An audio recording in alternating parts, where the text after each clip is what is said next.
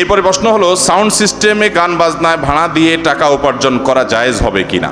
এটা তো তার ব্যবসা, ব্যবসা হলেই কি সেটা জায়েজ হয়ে যাবে? কেউ হারাম ব্যবসা করে, মদের ব্যবসা করে, যদি বলে এটা তো আমার ব্যবসা, তো আপনার ব্যবসা তো হালাল হতে হবে।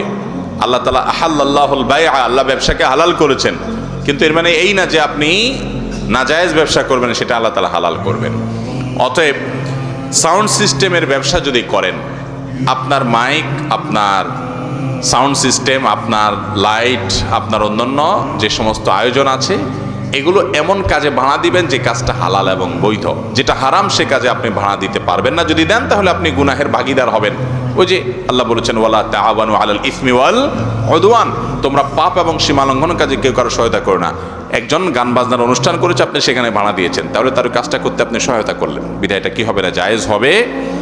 মুশকিল হলো যারা বিশেষ করে ডেকোরেশনের ব্যবসা করেন, এইরকম জায়গায় যদি ভাড়া না দেন তো আর জায়গায় খুঁজে পাবেন না, দেখা যাবে। কারণ 100টা কাস্টমার আসলে 80টাই হলো ওই গান বাজনার কাস্টমার। তো ভাইরা আমার, জান্নাত তো এত সস্তা না।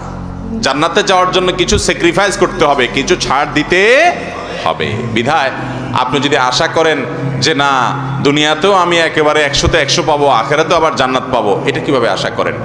আপনার কাছে অনেক কাস্টমার আসবে, আপনার খানার টান পড়বে, রুজির টান পড়বে, রিজিকের উপার্জনের টান পড়বে, তারপর আপনি হারামে যাবেন না। এই যে স্যাক্রিফাইস, এই যে ছাড়, এই যে কষ্ট, এর বিনিময়ে তো আল্লাহ তাআলা জান্নাত দিবে আপনাকে। আল্লাহ আমাদেরকে সেই তৌফিক দান করুন। আমার উপার্জন কম হোক, আমার পাশে আরেকজন ডেকোরেশন ব্যবসা করে লাল হয়ে যাচ্ছে, বাড়ি গাড়ি করে ফেলছে, করে ফেলাক, আমার জান্নাত পেতে হবে, বিধায় আমি ওই হারাম উপার্জন করব না।